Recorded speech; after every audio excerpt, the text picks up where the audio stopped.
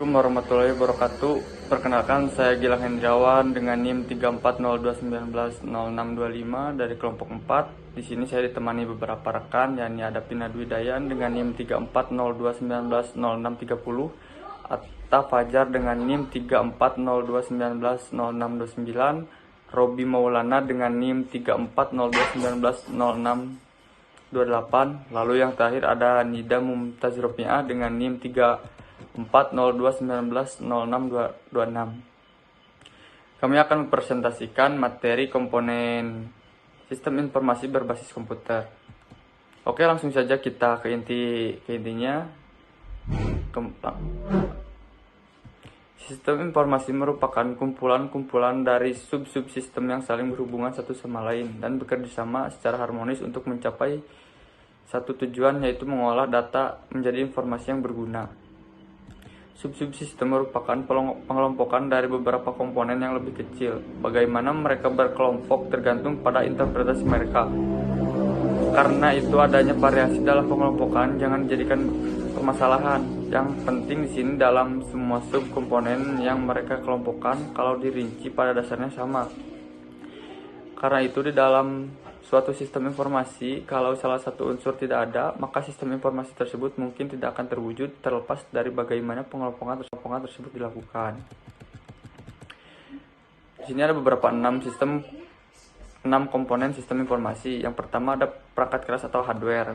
Membahas tentang hardware, bahasan hardware tersebut di sini untuk menunjukkan adanya saling keterkaitan antara komponen-komponen tersebut, yang biasanya hal ini menjadi persoalan tersendiri yang membingungkan para pembaca yang baru mempelajari masalah sistem informasi. Pertama ada bagian input. Peralatan input merupakan alat-alat yang digunakan untuk memasukkan data ke dalam komputer. Ada beberapa contoh peralatan yang dapat digunakan untuk memasukkan data, seperti memasukkan data berbentuk teks atau berbentuk image, suara, video, dan petunjuk.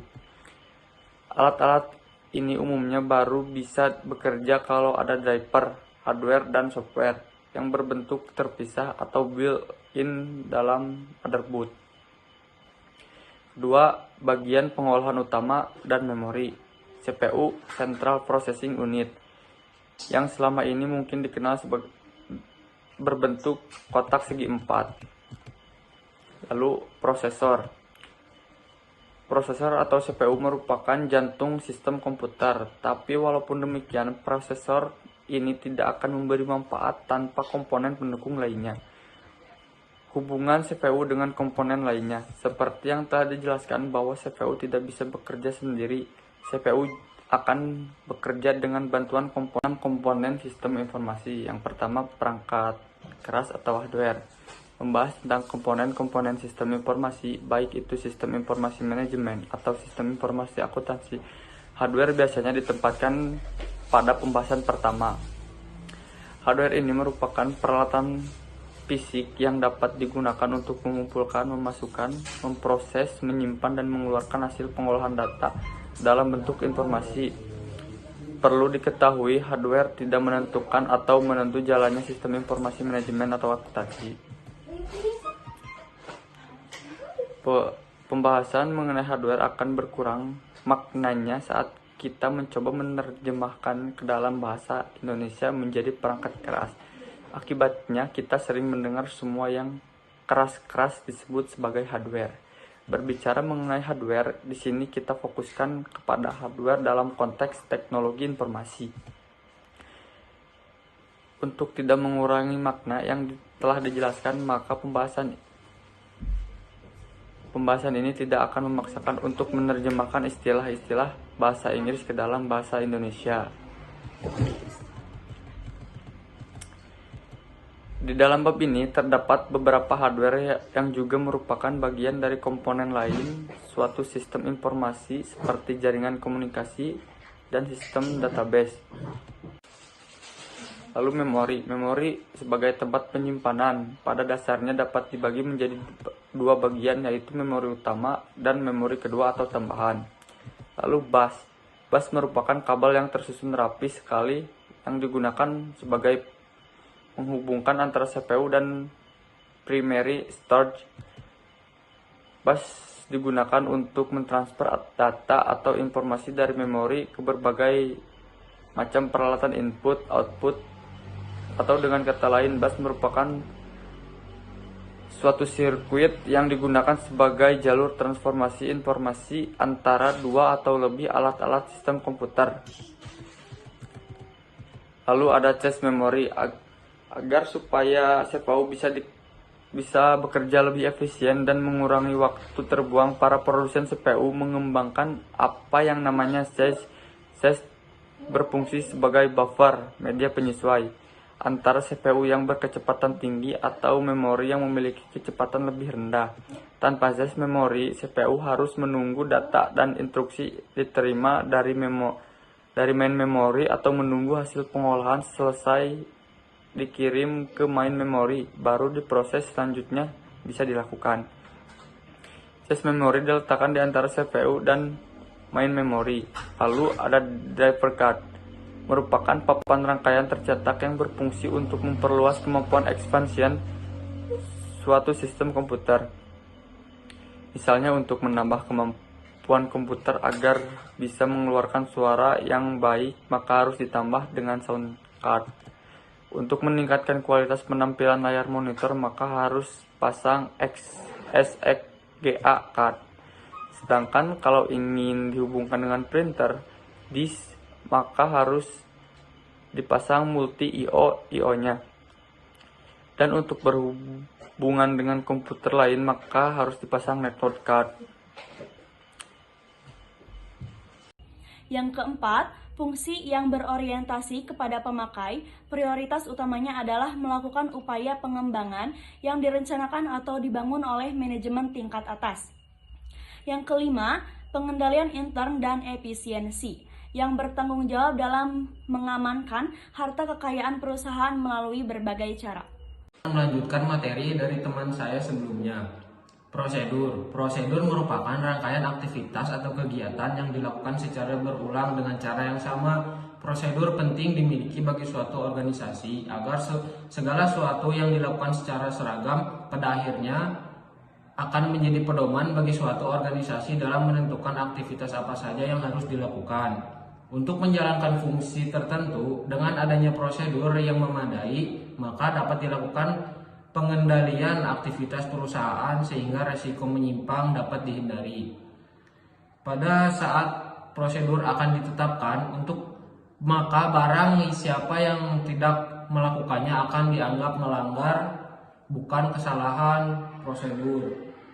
Yang kedua, aktivitas. Withen mengatakan aktivitas merupakan fungsi dari sistem informasi, sedangkan Wingard dan Flores menyatakan bahwa melakukan aktivitas pada dasarnya melakukan suatu kegiatan berdasarkan informasi yang masuk dan persepsi yang dimiliki tentang informasi tersebut. Dalam suatu organisasi perusahaan, aktivitas dapat dibagi menjadi dua kelompok, yaitu aktivitas bisnis, aktivitas informasi.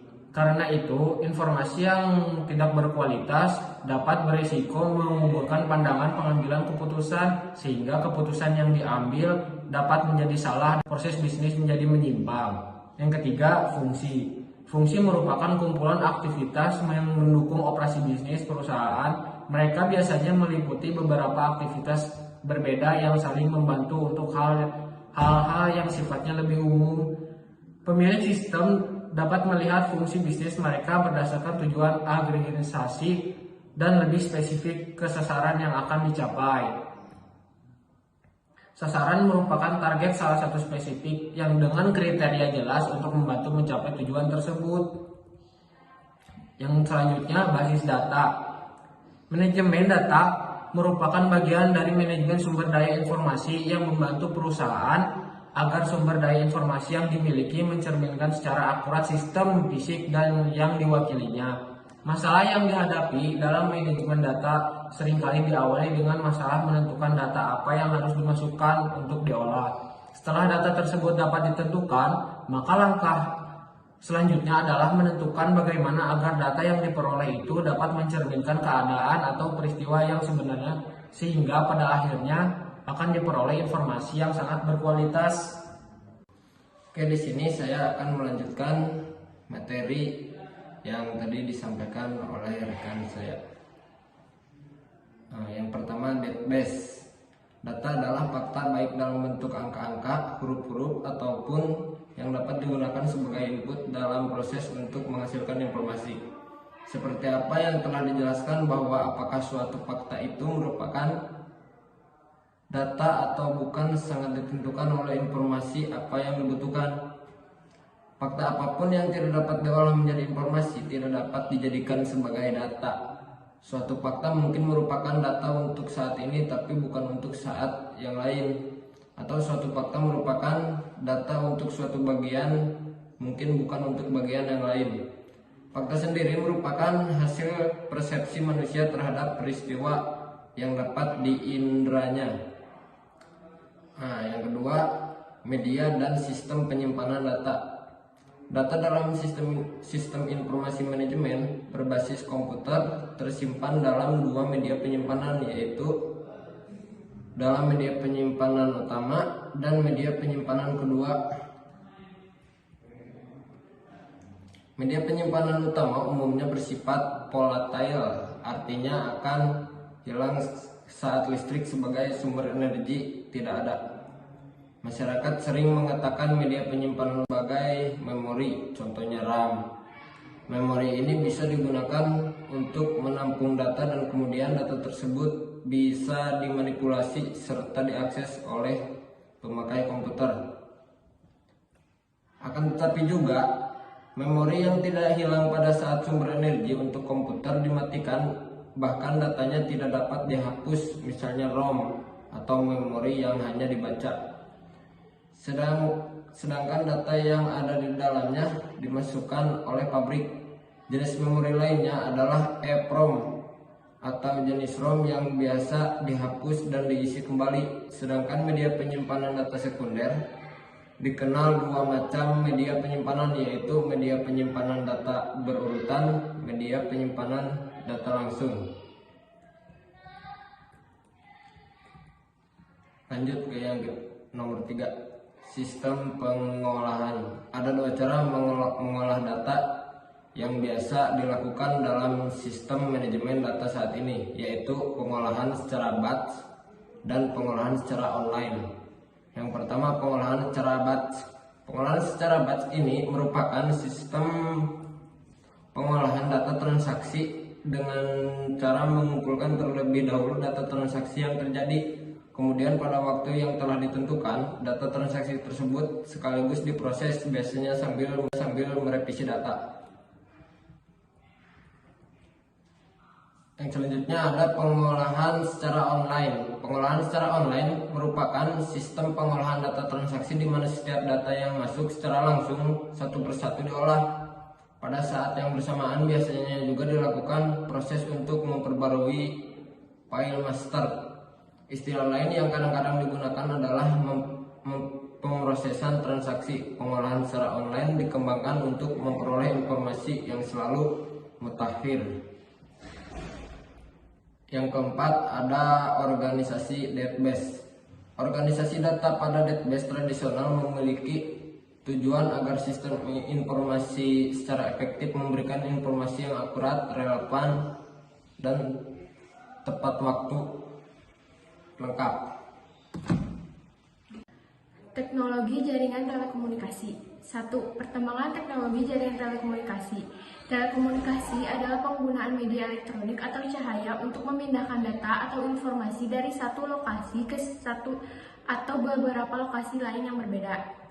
Dunia saat ini berada pada pertengahan era revolusi lain yang berbeda. Telekomunikasi yang memiliki dua komponen, yaitu perubahan yang sangat cepat dalam teknologi komunikasi dan sama pentingnya adalah perubahan dalam kepemilikan, kendali atau kontrol dan pemasaran layanan telekomunikasi. 2. Komponen-komponen dan fungsi dari sistem telekomunikasi. Sistem telekomunikasi merupakan kumpulan hardware dan software yang sesuai atau kompatibel yang disusun untuk mengkomunikasikan berbagai macam informasi dari satu lokasi ke lokasi lain. A. Komponen sistem telekomunikasi. 1. Komputer atau host untuk mengolah informasi. 2. Terminal yang memantau peralatan input atau output untuk mengirim dan menerima data. 3. Saluran komunikasi seperti kabel, telepon udara. Keempat, pengolah komunikasi atau communication processor seperti modem, controller, multiplexer, dan front-end processor yang membantu mengirimkan dan menerima data. Software komunikasi yang mengetes input, output, dan mengelola fungsi lainnya dalam jaringan telekomunikasi. B. Fungsi telekomunikasi. Fungsi dari sistem komunikasi adalah untuk mengirim dan menerima data dari satu lokasi ke lokasi yang lain.